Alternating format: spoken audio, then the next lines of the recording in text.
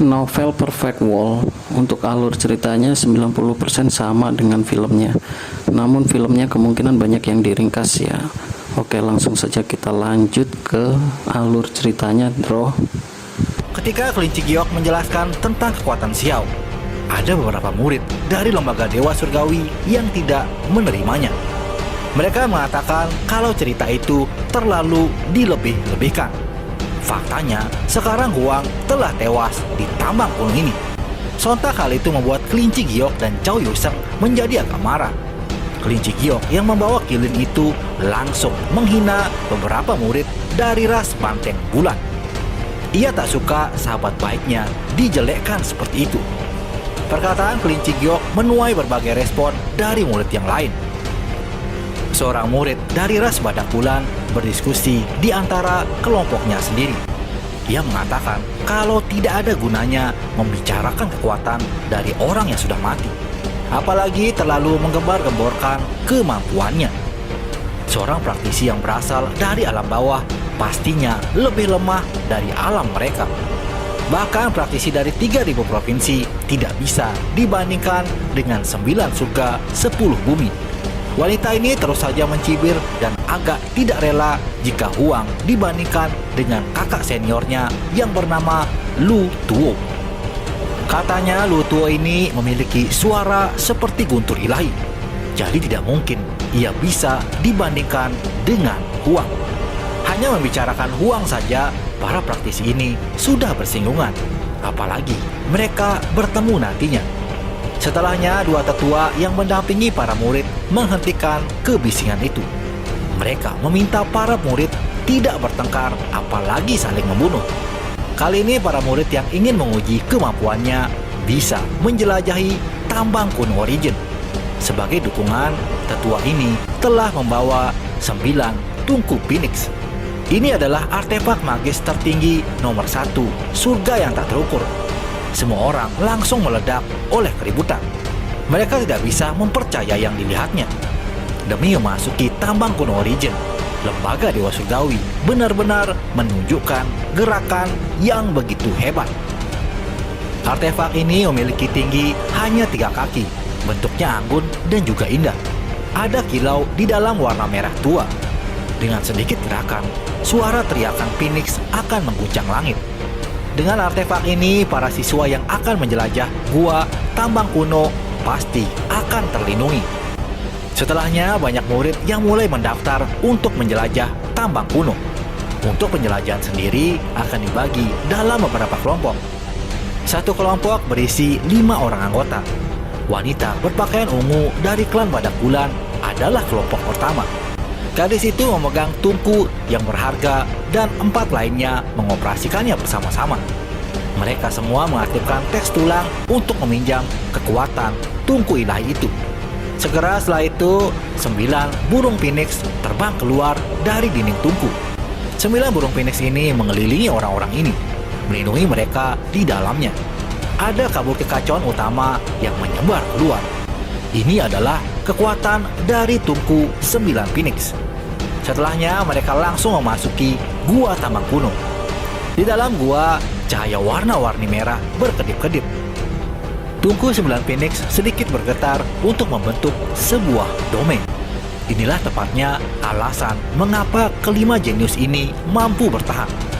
Tak lama mereka melihat seorang Taois tua yang rambut putihnya mencapai lantai. Meskipun ia adalah maya, aura yang ia keluarkan akan membuat Dewa Surgawi segera runtuh. Namun dengan tungku 9 Phoenix, hal itu tidak menjadi masalah. Kelima orang ini menyusuri gua tambang tanpa hambatan. Dalam perjalanan, mereka membicarakan tentang Huang dari 3.000 provinsi. Wanita klan Badak Bulan mencibir Huang sebagai praktisi yang sudah layu. Setelah sampai di surga yang tak terukur, bakatnya langsung ditekan oleh Yuan King. Wanita ini berharap bisa menemukan sepotong pakaian atau beberapa tulang dari Huang. Jelas sekali kalau ia masih tersinggung dengan perkataan kelinci giok bulan. Tanpa sadar, Xiao muncul dari kolam umur panjangnya. Ia sudah mendengar semua percakapan orang-orang ini. Ia sudah tahu kalau mereka memiliki niat yang tidak baik padanya. Ketika melihat Xiao, mereka sangat terkejut. Namun saat mereka melihat kolam berharga di belakangnya, mulutnya langsung menganga. Mereka segera menebak bahwa ini adalah kolam umur panjang. Kolam ini sebanding dengan kolam dari darah Phoenix sejati. Wanita klan Badak Bulan adalah yang paling antusias. Ia ingin merasakan menjadi makhluk umur panjang. Lalu dengan santainya Xiao berkata, "Apakah kalian semua sudah bangun dari lamunan?" Jenis cibiran dingin ini membuat wajah orang-orang itu langsung jatuh. Sontak tatapan mereka menjadi dalam. Niat membunuh juga melonjak. Mereka benar-benar tidak takut dengan Xiao yang berasal dari alam bawah. Untuk praktisi dari 3.000 provinsi saja, kelompok ini masih memandangnya sebelah mata. Jadi tidak ada alasan untuk tidak mengambil tindakan. Mereka akan menangkap Xiao dan langsung menghancurkannya. Tapi Xiao sudah bergerak selangkah lebih awal. Rambutnya terbang dengan kacau saat ia menerkam. Itu karena indera ilahinya sangat kuat. Ia juga menyadari bahwa tungku merah itu sangat menakutkan. Akibatnya Xiao ingin menyerang lebih dulu untuk mendapat kemenangan. Xiao berubah menjadi seberkas cahaya dan bergerak secepat kilat. Seketika rambut halus orang-orang ini langsung berdiri. Semuanya merasa ngeri karena ia terlalu cepat. Saat itu salah satu telah ditarik dan dibanting oleh Xiao. Orang itu berteriak dan darahnya menyembur dari mulutnya. 4 orang lainnya benar-benar khawatir dengan serangan Xiao. Beruntung 9 tungku Phoenix bersinar kembali dan menghentikan semua serangan Xiao. Jika tidak, tendangan Xiao pasti akan merenggut nyawa mereka. Xiao sendiri tidak mengambil risiko apapun. Ia dengan cepat menarik dirinya. Kemudian Xiao berdiri di depan kolam yang berharga itu lagi. Seolah-olah ia tidak pernah bergerak. Ekspresi orang-orang di belakangnya langsung berubah. Huang dari alam bawah ini memberi mereka tekanan yang luar biasa. Jika mereka tidak memiliki tungku 9 Phoenix, mereka pasti akan berada dalam bahaya. Namun arogansi dan kesombongan orang-orang ini masih tinggi. Ia tidak takut dengan Xiao selama ada tungku itu. Seketika ekspresi Xiao menjadi serius. Pada saat itu, ia mengenakan pakaian pertempuran Kaisar Petir. Tangan kirinya memegang skala naga menentang dan tangan kanannya memegang diagram 10.000 roh. Sesaat kemudian orang-orang itu bergerak mengaktifkan tungku abadi untuk menekan ke arah Xiao. 9 Phoenix sejati bergegas ke atas melepaskan materi seperti magma dan membawa energi destruktif. Xiao pun mengaktifkan diagram 10.000 roh dan melemparkannya ke depan. Pada saat itu, makhluk yang tak terhitung jumlahnya muncul, termasuk burung abadi, binatang suci, dan semua jenis tanaman. Ketika kedua pusaka ini bertabrakan, suara yang sangat jernih mulai terdengar. Kelima orang itu mulai menggigil dalam hati. Pasalnya, tulang putih itu tidak segera hancur. Dari sana mereka menyadari selain kuat, Huang juga memiliki artefak yang sangat langka.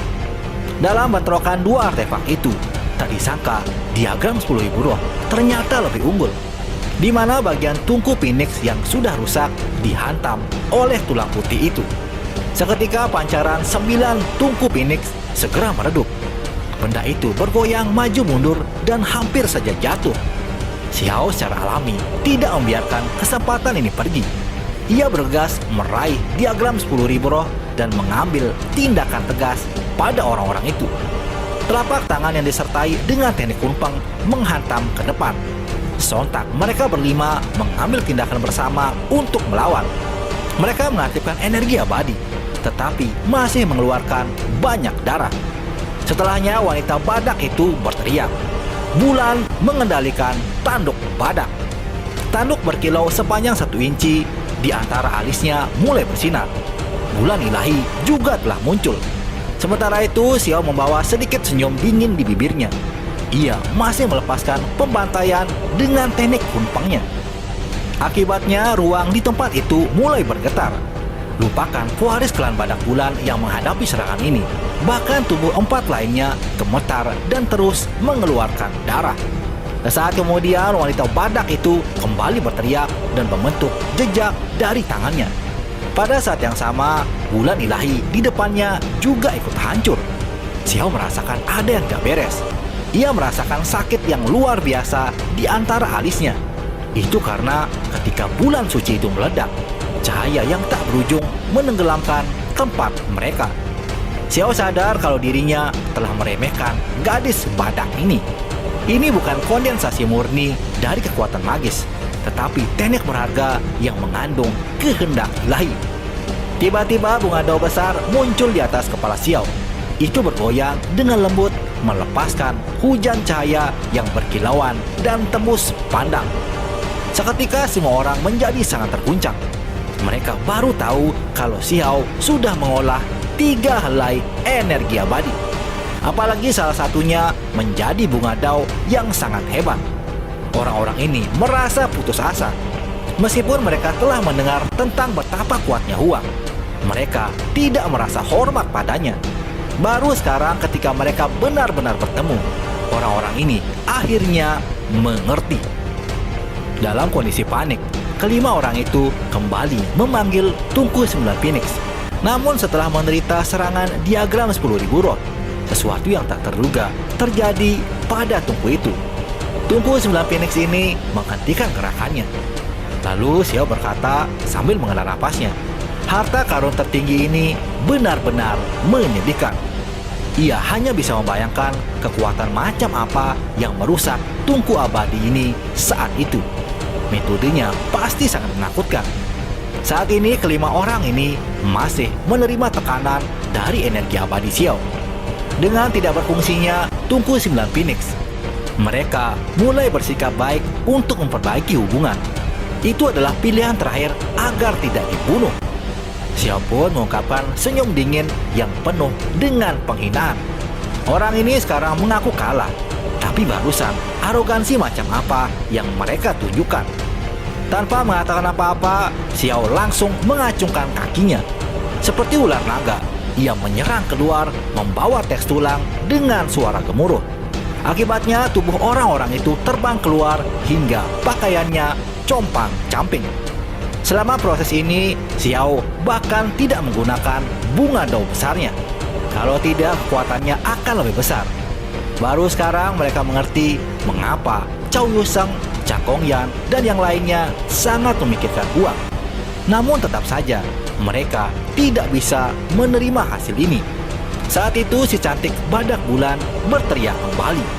Tangannya membentuk jejak dan ingin melakukan pertempuran yang menentukan dengan Xiao. Tapi kali ini apa yang disebut kemampuan ilahi tanduk badak benar-benar tidak berguna. Itu tidak dapat melakukan apapun pada roh primordial Xiao. Selain itu, Xiao mengulurkan jari dan menunjukkan teknik kaisar petirnya. Bunyi guntur meletus antara langit dan bumi, cukup untuk meledakkan bentangan besar puncak gunung menjadi berkeping-keping. Ketika jari itu menyerang, langit dan bumi kehilangan warnanya. Tambang kuno itu bergoyang maju dan mundur. Seluruh wilayah ini menjadi menyilaukan. Gadis klan Badak Bulan merasakan sakit luar biasa yang sulit untuk ditanggung. Ia menggosok ruang di antara alisnya dan kemudian mengeluarkan tangisan tajam. Wajahnya menjadi seputih salju. Ia kehilangan warnanya.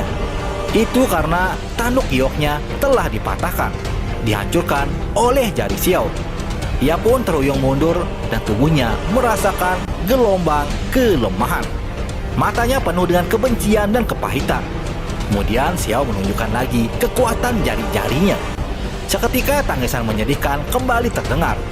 Tubuh wanita itu dibuat hangus hitam. Ketika ia jatuh ke tanah, terlepas dari apakah itu teknik atau baja besi yang berharga, mereka semua baru saja dihancurkan oleh Xiao. Pada saat yang sama, orang kedua juga telah dikalahkan. Tanpa mengatakan apa-apa lagi, Xiao terus bergerak maju. Ketika kakinya mendarat di tanah, suara yang sangat kuat terdengar sangat jelas.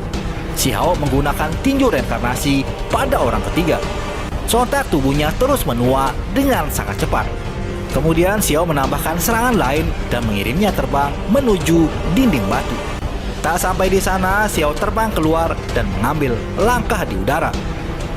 Ia bergegas menuju dua lainnya yang tersisa. Dengan pukulan yang keras, keduanya langsung batuk darah. Jenis pertempuran ini tidak memiliki ketegangan, berakhir dalam sekejap. Xiao tidak merasakan kebencian yang mendalam pada mereka. Ia hanya menatap orang-orang ini dengan dingin dan juga jijik. Di sana Xiao berkata, apakah ini yang disebut ahli dari surga yang tak terukur? Kemudian ia tiba-tiba bertindak, bergerak seperti kilatan petir. Xiao memukuli mereka berlima dengan sangat kejam. Ia sama sekali tidak tertarik jika ada kecantikan di antara mereka semua. Akibatnya wajah mereka bengkak seperti kepala babi. Tiba-tiba 9 tungku Phoenix akhirnya diaktifkan. Itu tidak melindungi mereka berlima, tetapi dengan cepat bergerak menuju pintu masuk. Wajah mereka berlima seperti abu, putus asa, dan juga malu. Pertempuran hari ini bagi mereka seperti mimpi buruk. Xiao sendiri agak ragu-ragu. Haruskah ia membunuh orang-orang ini atau tidak? Jika mereka berlima terbunuh, maka kemungkinan Xiao tidak bisa memasuki lembaga Dewa Surgawi. Di pintu masuk tambang kuno, 9 tungku Phoenix tiba-tiba bergetar. Tungku itu seolah-olah berinteraksi dengan tambang kuno ini. Dengan usaha yang keras, tungku itu akhirnya berhasil keluar dari dalam tambang. Tepat pada saat ini, Xiao tampaknya telah mendengar jenis suara ilahi Dao yang agung. Xiao pun membuka mata surgawinya dan samar-samar mendengar nama tulisan suci. Ia segera terguncang dengan kegembiraan yang tak tertandingi. Pasalnya Xiao melihat tulisan metode hebat reinkarnasi 6 Dao. Itu adalah seni hebat dari aula tertinggi. Dia tak tahu mengapa metode ini ada di sini juga. Xiao benar-benar bingung. Tambang ini terlalu kuno, berasal dari masa yang tak mungkin untuk dilacak. Tambang ini dikabarkan bahkan lebih tua dari era Agung Kuno Abadi. Ada seni reinkarnasi 6 Dao di sini. Siapakah yang telah meninggalkannya? Sementara itu di dunia luar, semua orang sangat terkejut. Itu karena tungku 9 Phoenix keluar dari permukaan. Tungku itu keluar tanpa membawa 5 orang sebelumnya. Mereka juga mendengar semacam suara tulisan suci di tambang kuno. Hal ini memicu kegemparan semua orang. Tidak ada yang bisa tenang. Mereka semua tahu betapa misteriusnya tambang kuno itu. Di sisi lain, para tetua sangat mengkhawatirkan keadaan 5 orang muridnya. Ekspresi kedua tetua itu tidak begitu menyenangkan. Mereka sudah membawa tungku surgawi tertinggi, namun tidak menunjukkan efek hebatnya. Tapi saat itu, para tetua ini sudah mengetahui kalau kelima muridnya masih hidup. Hal ini diketahui dari 5 lampu tembaga yang menyala di lengan bajunya. Namun mereka bingung dengan apa yang sebenarnya telah terjadi. Ketika yang lain mendengar ini, mereka semua menunjukkan ekspresi waspada.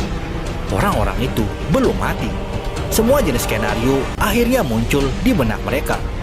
Tak lama, 5 orang lainnya ingin memasuki tambang kuno Origin. Selain untuk menyelamatkan rekan-rekannya, mereka juga ingin merebut keberuntungan dan peluang alami. Terutama tulisan suci yang tiba-tiba terdengar barusan.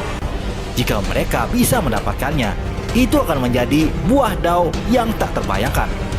Kemudian tungku 9 Phoenix naik dan membawa mereka ke dalam tambang kuno. Sementara itu, pada saat ini Xiao merenung sejenak tentang apa yang akan ia lakukan. Pasalnya ia sangat tertarik dengan kitab suci yang baru saja terdengar. Tapi akhirnya Xiao membuat keputusan untuk menyerap semua cairan umur panjang terlebih dahulu. Ia membiarkan dirinya menjalani kelahiran kembali, memperkuat daging dan juga jiwanya. Xiao akan menunggu kesempatan untuk mencari seni surgawi reinkarnasi 6 Dao. Namun tepat saat ini, suara langkah kaki terdengar dari kejauhan. Xiao merasakan aura tungku 9 Phoenix datang lagi. Ia mengerutkan keningnya.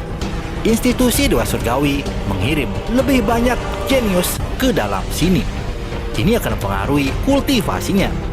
Di sana murid yang baru saja turun menemukan kelompok pertama. Mereka pun langsung mengejek kelompok itu yang sudah babak belur. Seseorang bertanya, siapa yang telah melakukan ini semua? Lalu anggota kelompok pertama menjawab, ia adalah Huang. Namun mereka tidak percaya sedikit pun. Mereka tidak percaya bahwa ini dilakukan oleh Huang. Wajah mereka menunjukkan kesombongan dan sangat percaya diri. Dan saat kemudian langkah kaki tiba-tiba terdengar yang mengejutkan orang-orang itu. Ketika mereka melihat seorang pemuda muncul, salah seorang anggota bertanya, siapa ente sebenarnya? Lalu Xiao menjawab, saya adalah Huang. Di sisi lain, Tunku 9 Phoenix memperlihatkan keanehan. Tunku itu menjadi redup saat mencapai dasar tambang itu. Seketika semua orang menjadi terkesiap. Mereka mengira kalau Huang sudah mati di tambang kuno ini. Tak disangka, ternyata ia masih hidup. Di sana, Xiao menyuruh mereka untuk diam dan tidak mengganggunya. Sekarang, Xiao sedang berkultivasi. Seketika kelompok kedua ini tidak mau mengikuti perintahnya. Mereka bisa bebas berkeliaran di gua ini untuk mendapat peluangnya. Tak lama, Xiao langsung mengambil tindakan dengan teknik berharganya. 100 cabang willow bergegas keluar dari belakangnya. Cabang itu berubah menjadi rantai emas. Dalam sekejap mata, sekarang ada 10 tawanan yang ada di tanah. Segera setelah itu, Tunku 9 Phoenix bergegas menuju permukaan lagi. Ini memicu keributan besar dari dunia luar. 2 kelompok yang dikirim telah menghilang, tapi nyala api dan jiwa mereka masih menyala. Setelah mengetahui bahwa mereka tidak mati, para jenius lembaga Dewa Surgawi tidak bisa duduk diam. Masih ada orang yang percaya bahwa orang-orang itu mulai memahami kitab suci kuno setelah masuk. Akhirnya ada satu kelompok lagi yang turun ke tambang kuno itu. Tapi sayangnya mereka juga bernasib sama dengan kelompok sebelumnya. Hal ini membuat salah satu tetua mulai semakin panik. Ia menyadari ada sesuatu yang menakutkan di dalam tambang itu. Sementara itu di dalam tambang, Xiao memukuli para tawanan yang telah melawan. Ia sangat kesal karena tidak bisa membunuh orang-orang songong ini.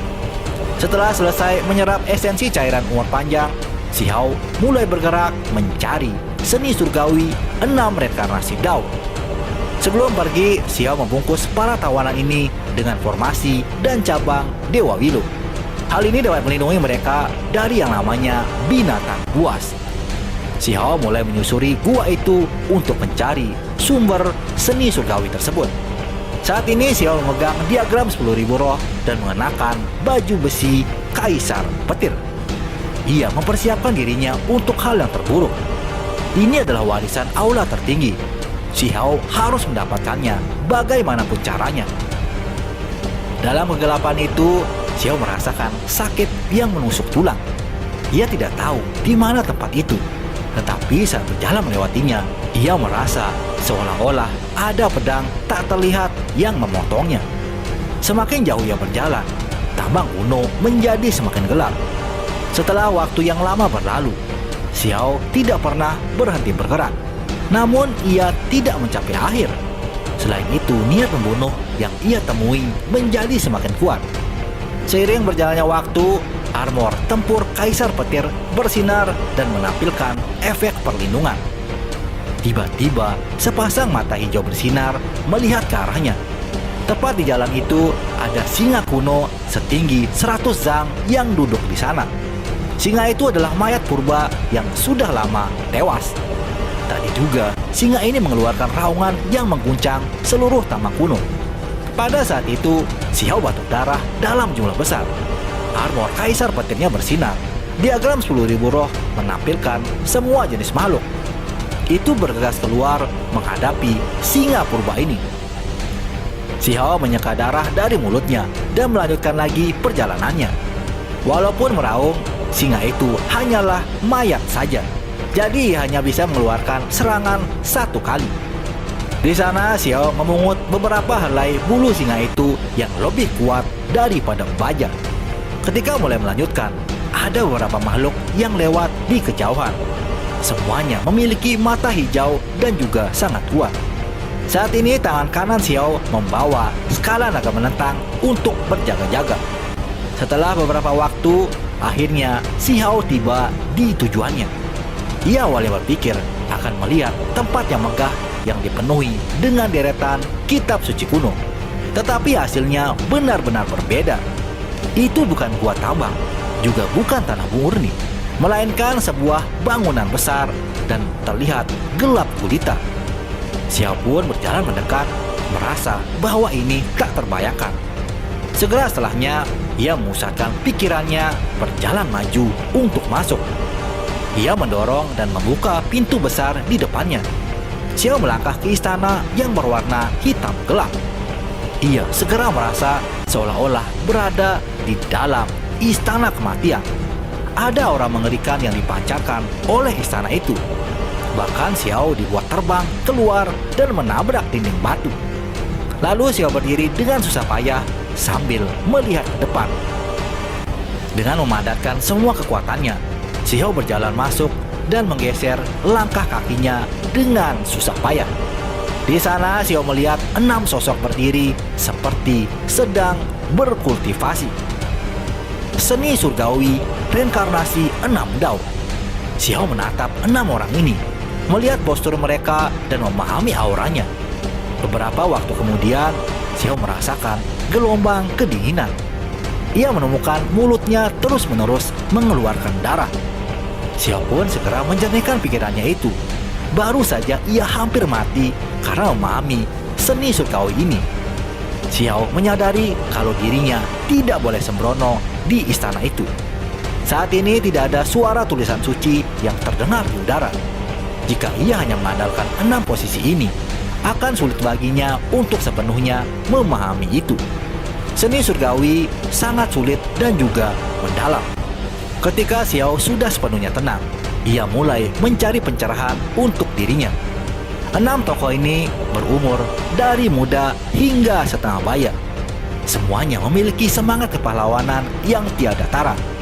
6 sosok ini bukanlah patung, melainkan daging 6 ahli hebat yang tidak membusuk.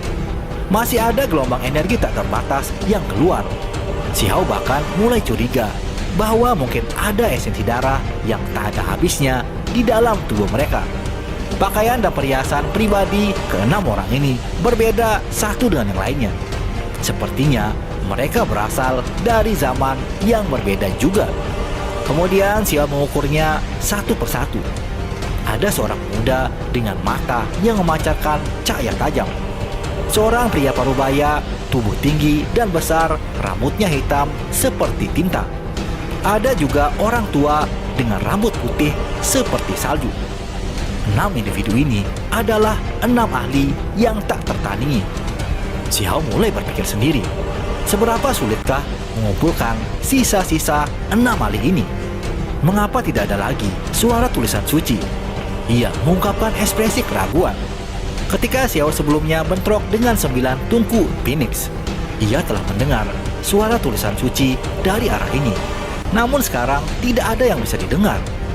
Ia ingin memahami seni surgawi 6 reinkarnasi Dao, tetapi tampaknya ada lapisan demi lapisan kesulitan di hadapannya ini. Tak ada kitab suci yang benar. Jika ia dengan legawah mencoba memahaminya, satu kesalahan saja akan mengakibatkan kehilangan nyawanya. Kemudian Xiao berpikir, bagaimana 6 orang ini bisa mengalami kematian? Xiao semakin berjalan mendekat dan merasakan tekanan yang semakin besar. Dengan 6 ahli yang tak tertandingi di sini, makhluk apapun yang menerobos pasti akan hancur. Namun mengapa mereka masih mengalami kematian? Tak diduga Xiao menemukan bahwa salah satu dari mereka telah terluka. Di bagian belakang kepala pemuda itu ada lubang panah. Ada setengah dari anak panah yang tersisa di sana. Warnanya hitam pekat seperti tinta, seolah-olah itu berasal dari dunia bawah. Kemudian ia melihat sosok kedua, yaitu pria parubaya. Ada bekas retakan seperti jaring laba-laba di ruang antara alisnya.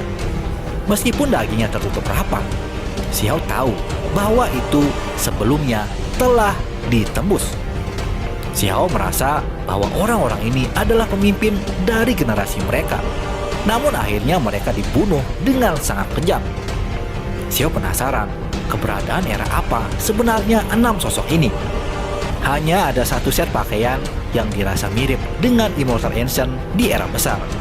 Xiao tahu karena ia sebelumnya telah melihat mereka dalam mimpi di wilayah terlarang. Adapun yang lain, Xiao tidak mengetahuinya. Bahkan salah satu dari mereka mengenakan pakaian yang tampaknya telah digiling dari batu aneh. Itu dihubungkan dengan tali emas abadi menjadi baju besi yang sangat primitif. Mata Xiao terbakar dengan gairah, tetapi pikirannya sangat serius. Ini adalah baju besi yang sangat kuat. Jika itu dikenakan di tubuhnya, kekuatan pertahanannya pasti akan mencengangkan. Kemudian Xiao mengembangkan suatu hipotesis. Meskipun keenam makhluk besar itu adalah individu purba, mereka ditemukan oleh keturunan selanjutnya. Lalu mereka disusun menjadi 6 posisi berbeda untuk menghasilkan metode hebat yang tak tertandingi. Tak diduga Xiao menemukan keanehan pada dahi orang keenam. Di sana jelas terlihat bahwa ruang di antara alisnya masih mengeluarkan kilatan cahaya. Itu adalah jejak darah orang berdosa. Xiao pun segera terkejut. Ini adalah leluhur dari garis keturunan orang berdosa. Sebenarnya ada simbol seperti itu di antara alisnya. Simbolnya sangat mirip dengan milik Xiao. Apakah ini nenek moyang dari Xiao? Saat ini Xiao merasa sulit untuk menenangkan diri. Ini membuatnya sangat tercengang.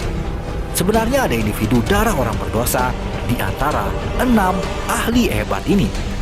Xiao ingin tahu bagaimana sosok ini telah mendapat kematiannya. Ia mengelilingi individu itu dan merasakan gelombang perubahan besar. Orang ini tidak memiliki luka di tubuhnya, tapi masih mendapat kematian. Namun setelah Xiao membuka mata surgawinya, ia melihat banyak luka di bawah kulit. Tulangnya patah, ototnya robek yang terlihat sangat parah. Terlebih lagi dengan tengkoraknya yang tertutup retakan tak berujung. Xiao menghirup udara dingin. Di masa lalu, berapa banyak pertempuran yang dialami oleh orang ini? Mengapa ia menemui akhir yang tragis? Adegan ini begitu menyedihkan. Kemudian Xiao mengamati satu langkah lebih jauh dengan mata surgawinya. Dari sana ia mempelajari beberapa hal. Di dalam dagingnya ada banyak anak panah dan ujung tombak yang telah patah. Pada saat itu, ia sepertinya mendengar teriakan perang mengguncang langit. Seolah-olah Xiao sedang menonton adegan mengerikan itu. Seorang ahli tak tertandingi dikepung dan diserang dari semua sisi. Ia berkelok-kelok dan menyerbu ke depan, tetapi ia terus-menerus dicegat oleh musuh. Ada senjata mencuat dari seluruh bagian tubuhnya. Sosok itu pun akhirnya mati karena kehabisan darah. Sementara itu di belakangnya adalah kota kuno yang bobrok seolah-olah akan diratakan kapan saja. Namun karena perjuangan terakhirnya yang berlumuran darah, kota itu pada akhirnya masih terlindungi. Kota ini masih menjulang tinggi, sepi, dan juga sunyi. Xiao pun segera menyadari bahwa ini adalah perbatasan sunyi. Kota itu sama persis dengan yang ia lihat di altar kapal kuno hitam. Mungkinkah orang ini adalah salah satu dari 7 raja besar yang membela perbatasan sunyi? Xiao pun menjadi semakin terguncang. Ia menatap tubuh itu. Emosinya melonjak dan sulit untuk ditekan. Xiao tidak tahu apakah ini kesedihan atau kegembiraan. Ia sekarang bertemu dengan sosok legendaris, tetapi itu hanya sebagai mayat. Setelah menonton untuk waktu yang lama, Xiao memberi hormat pada mayat burung ini. Ia menghela napas dengan lembut. Bahkan tipe hero kuat ini pun akhirnya meninggal dunia. Ia mencoba menduga dari era mana 7 raja besar itu menjaga perbatasan sunyi berasal. Berapa banyak dari mereka yang masih tersisa sekarang? Bagaimana orang ini tiba di tambang kuno Origin? Ini semua benar-benar tidak bisa dipikirkan. Sangat sulit untuk ditebak saat ini. Xiao menyesuaikan pikirannya, menenangkan dirinya, dan tidak lagi memikirkan hal-hal lain. Sebaliknya, ia mulai berpikir tentang bagaimana memperoleh seni surgawi reinkarnasi 6 Dao. Ini adalah warisan aula tertinggi yang sebelumnya mungkin mendominasi dunia. Xiao harus mendapatkannya. Namun tidak peduli bagaimana ia mengaktifkan teks tulangnya, tetap saja masih tidak ada reaksi. Suara tulisan suci dari sebelumnya tidak pernah terdengar. Kemudian Xiao teringat dengan gulungan kuno kulit binatang. Ia mendapatkan itu saat pertarungan di alam Dewa Kekosongan. Di permukaannya ada teknik berharga niat pedang sebatang rumput. Itu disegel di dalam ruang kecil. Di dalamnya tercatat 6 Dao dan beberapa karakter lainnya. Xiao pun mengeluarkan item itu dan mulai mengukir karakter dalam kehampaan satu demi satu. Benar saja Andro, ada beberapa perubahan dan reaksi. Saat ia mengukir simbol-simbol yang rusak itu, istana kuno hitam ini mulai bergemuruh. Jenis suara ini mengguncang darah dan ki Xiao, seolah-olah tubuhnya akan meledak. Kemudian tubuh 6 ahli hebat itu bersinar dengan cahaya menyebar seperti riak menghasilkan suara tulisan suci. Hanya saja tulisan itu sangat sulit untuk dipahami oleh Xiao. Ia menjadi sangat kesal. Xiao sudah berjuang hingga sejauh ini. Setidaknya ia harus bisa memahami teknik hebat yang satu ini. Pada akhirnya, dengan ekspresi yang sangat suram, Xiao menatap leluhur darah orang berdosa itu. Dia mengatupkan giginya dan kemudian berkata, hanya bisa mengambil resiko ini. Segera setelah itu, ruang di antara alisnya mulai bersinar.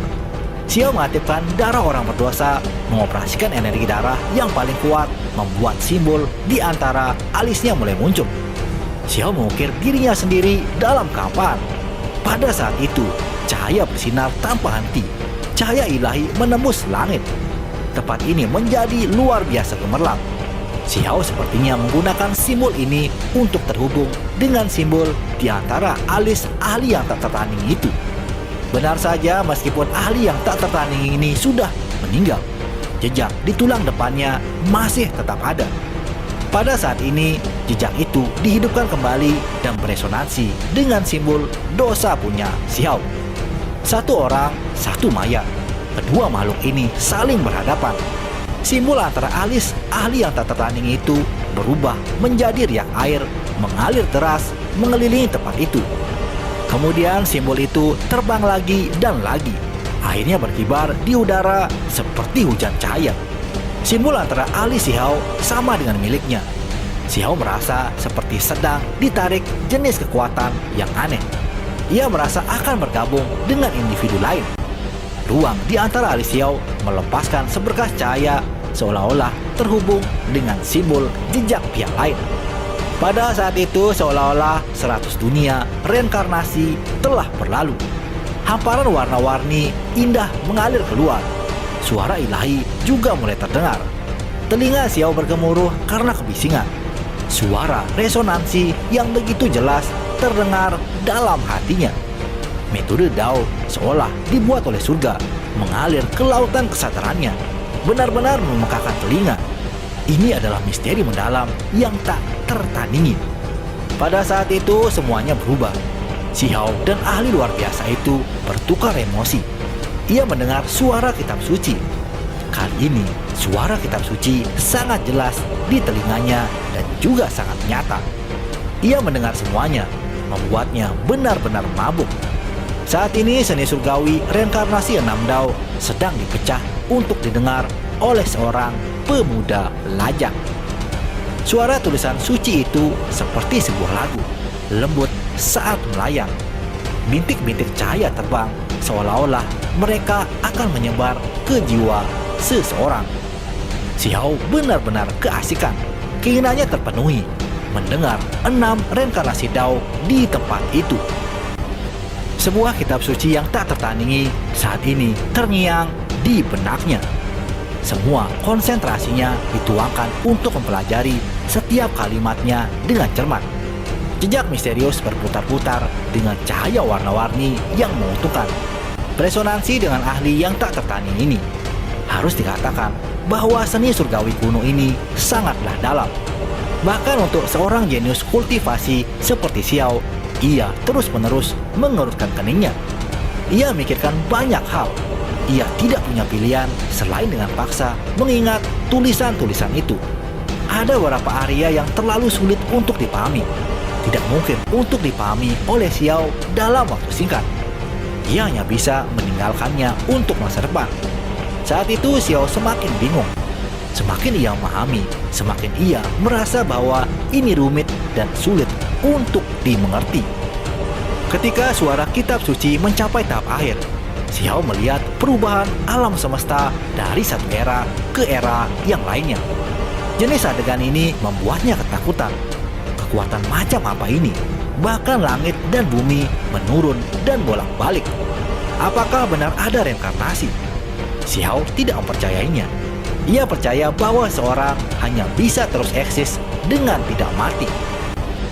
Tapi sekarang setelah ia bersentuhan dengan jenis seni surgawi kuno ini, kepercayaan Xiao mulai goyah. Antara kepercayaan dan seni surgawi yang ia pelajari ini sangat kontradiktif. Xiao benar-benar tidak tahu apakah ia harus terus mengolahnya. Xiao pun mengerutkan keningnya lagi. Jika ia melewatkan kesempatan kali ini, tidak diketahui apakah akan ada waktu berikutnya. Akhirnya Xiao terus mengolahnya dan ingin melihat misteri apa yang tersimpan di dalamnya.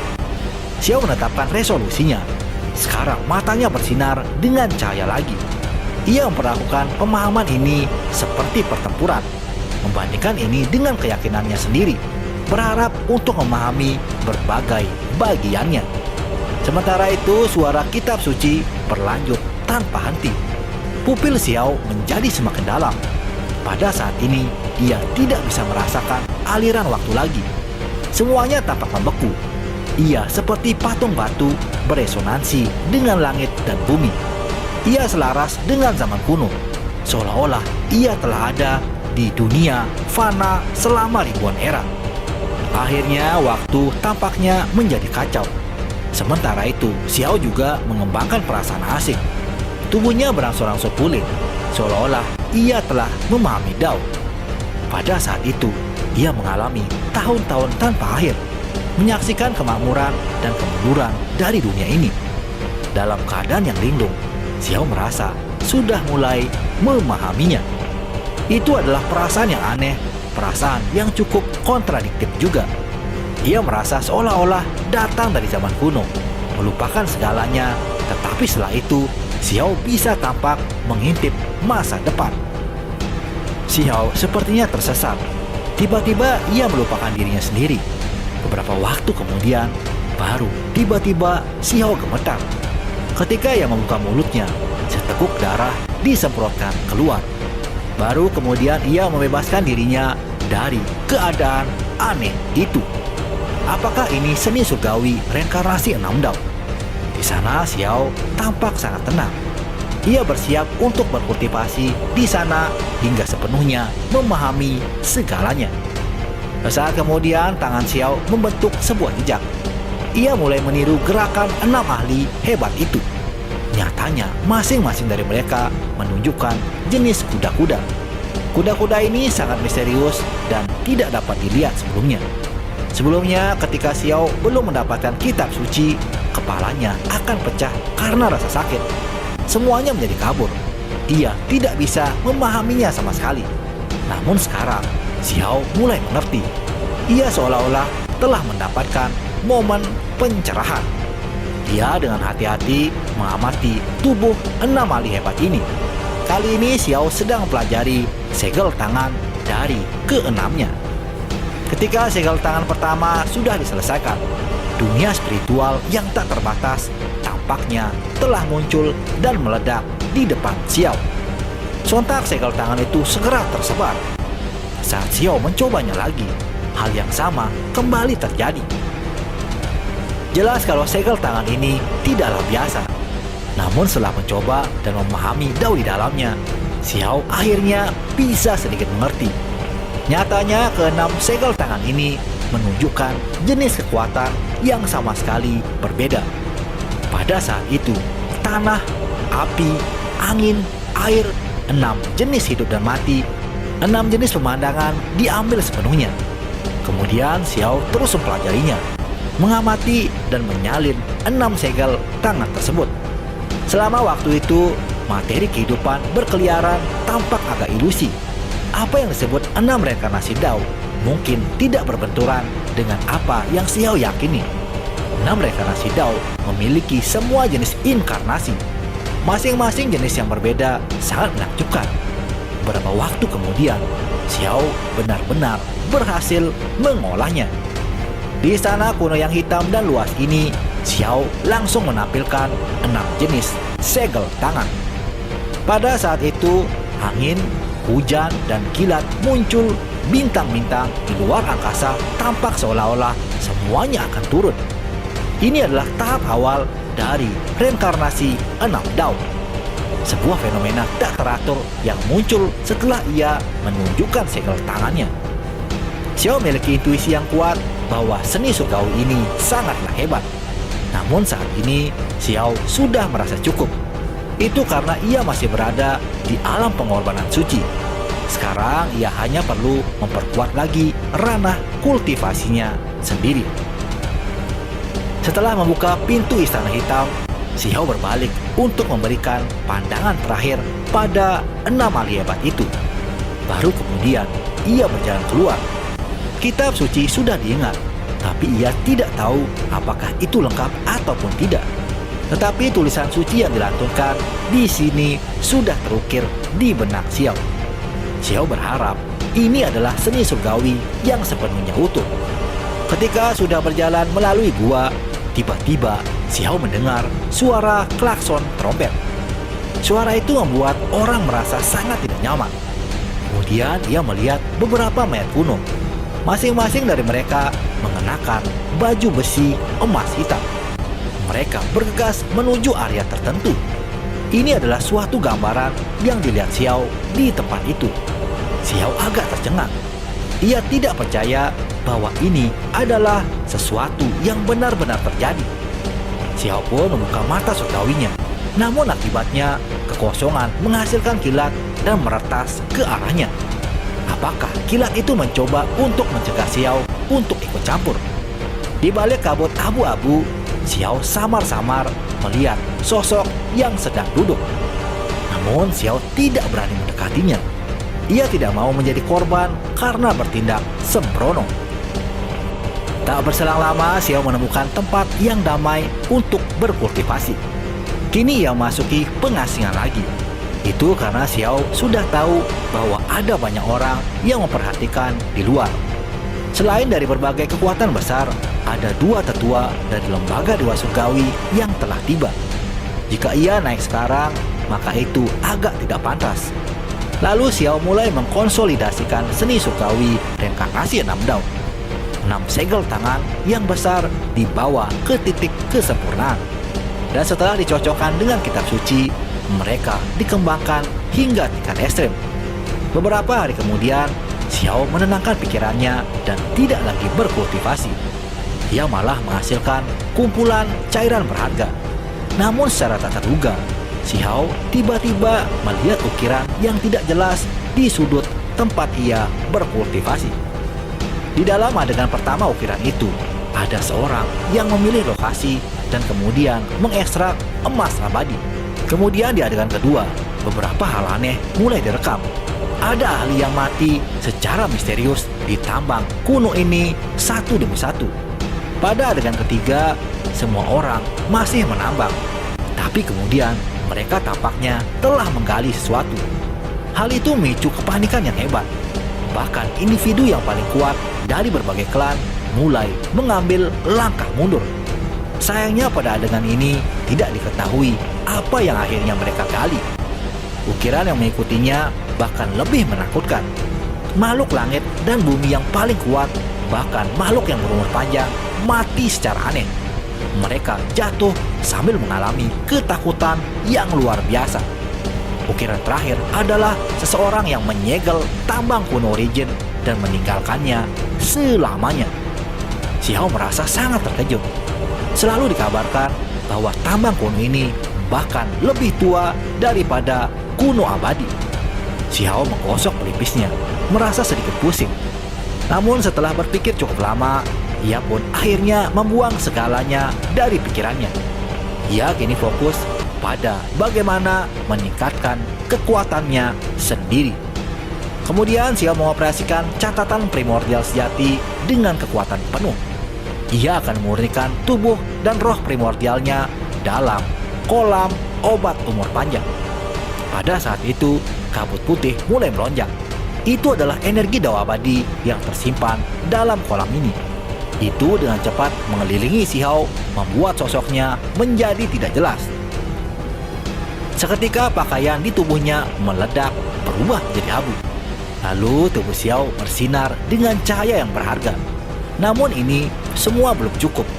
Xiao pun menggunakan kekuatan magisnya untuk melelahkan daunnya.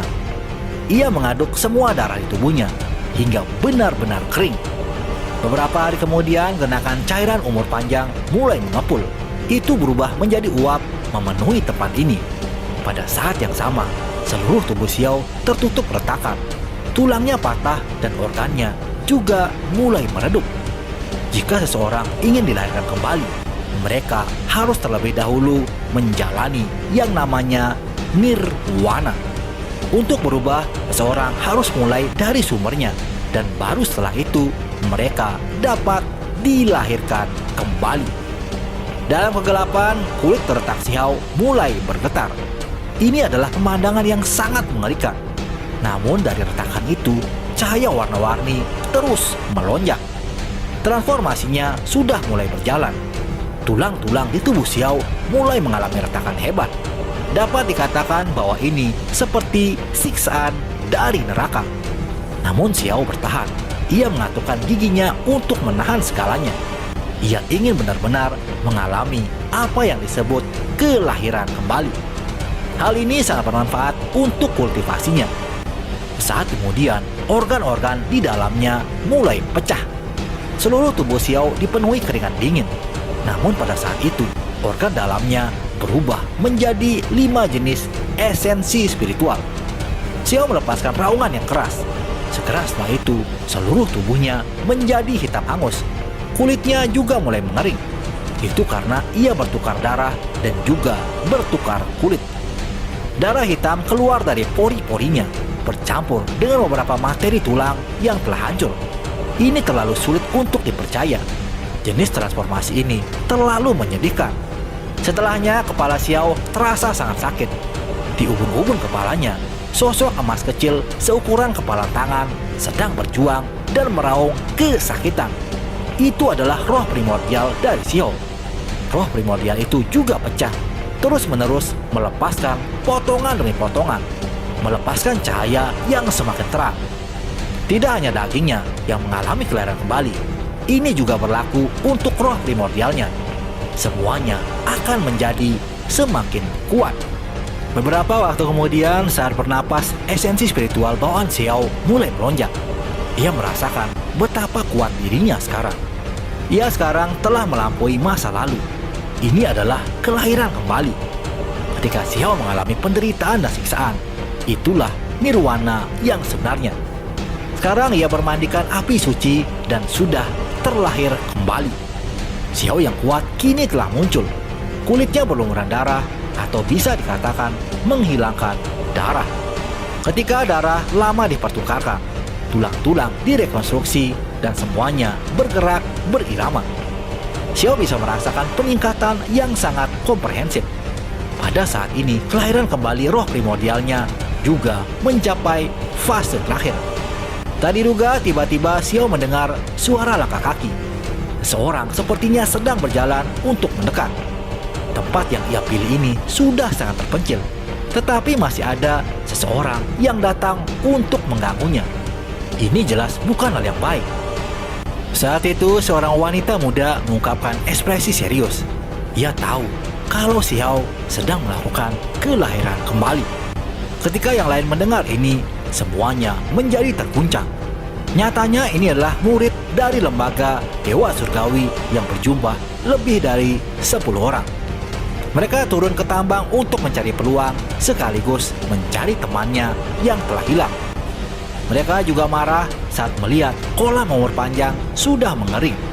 Itu adalah salah satu harta paling berharga di tambang kuno.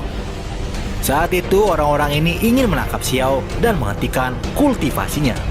Hal ini tentu saja sangat berbahaya. Jika kultivasinya dihentikan di tengah jalan, seseorang mungkin mati atau menjadi gila. Paling tidak ia akan menderita luka yang serius. Saat kemudian beberapa orang mengambil tindakan pada Xiao. Namun mereka tidak tahu kekuatan Xiao yang sebenarnya.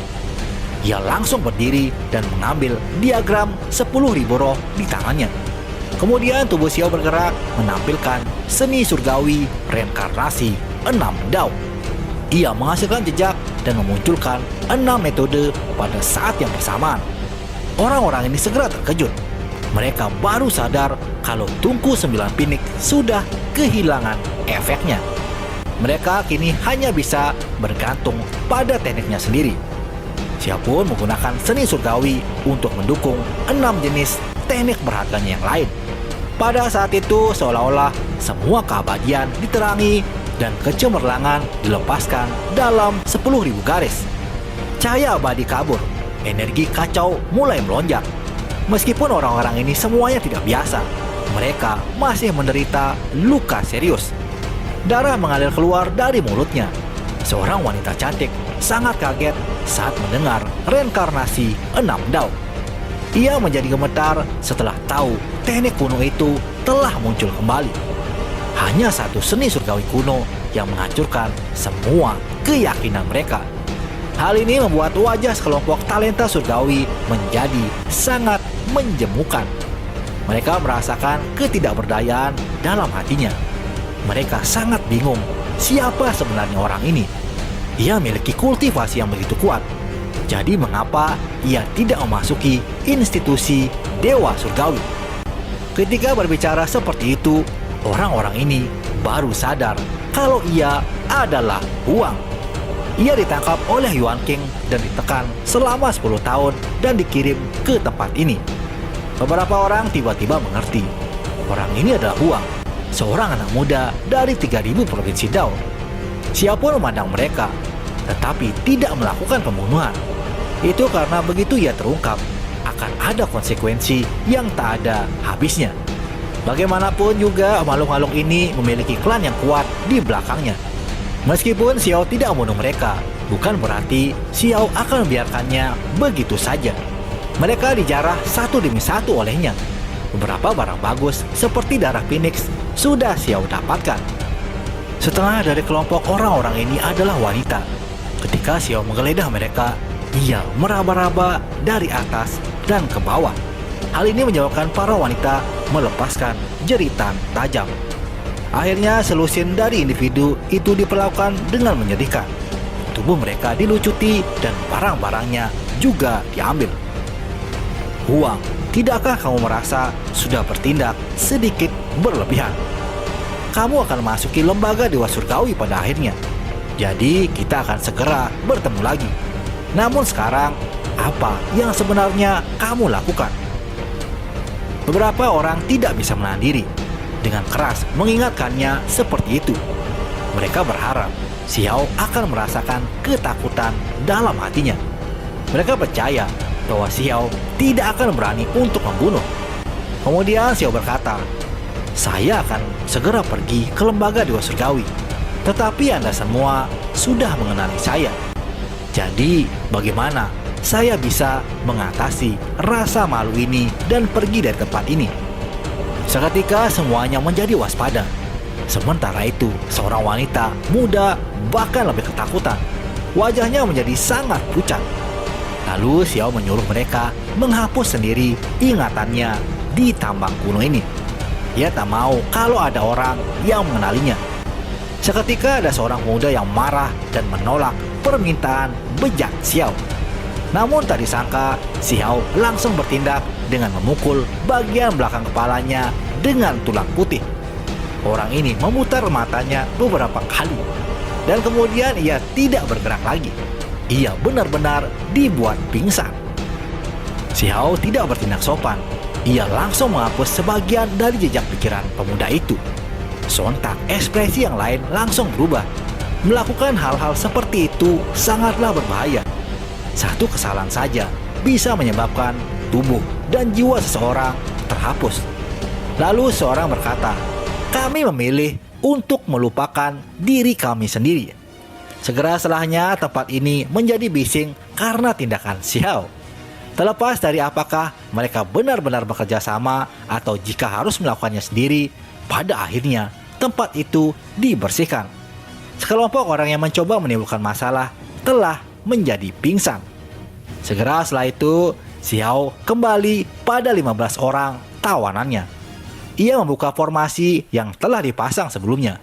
Xiao pun langsung menginterogasi mereka untuk mengetahui kenapa Yuan King ingin menekannya. Orang-orang ini memberikan jawaban yang sama pada Xiao, di mana rumor mengatakan bahwa keluarga umur panjang dari klan angin meminta penindasan. Tentu saja ini hanyalah rumor yang baru saja beredar. Tidak ada yang tahu apakah itu benar atau tidak. Xiao mengerutkan keningnya. Ia tidak berpikir telah menyinggung klan ini sebelumnya. Ia tidak tahu mengapa klan ini menyuruh Yuan King untuk menekannya selama 10 tahun. Lalu Xiao bertanya, apakah klan angin punya murid di lembaga Dewa Surgawi? Salah seorang tawanan mengiyakan pertanyaan Xiao itu. Orang itu bernama Feng Xixian. Ia telah mengolah 3 helai energi abadi dan merupakan salah satu jenius paling kuat di 9 surga 10 bumi.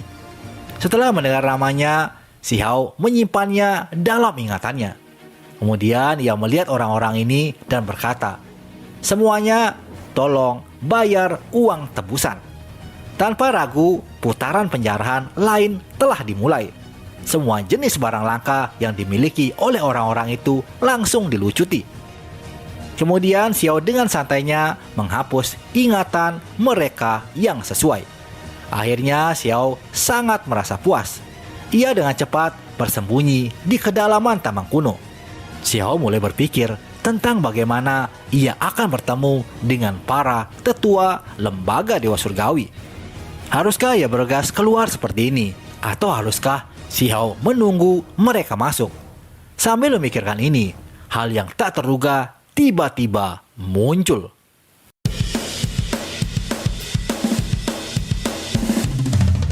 Gimana Andro? Semoga Anda terhibur dengan cerita saya setelah berhasil menjarah para korbannya. Makhluk apakah yang muncul di hadapan Xiao? Penasaran dengan kelanjutannya? Tunggu episode berikutnya Andro. Segitu dulu untuk hari ini, saya Dede undur diri, arigato. Aduh panas banget ini Andro. Lagi mati lampu di tempat saya, jadinya mau ngedit juga susah. Internet juga mati ini Andro. Gimana Andro, tempat kalian mati lampu enggak? Ini mungkin gara-gara BBM-nya naik mungkin Andro ya. Oke Andro,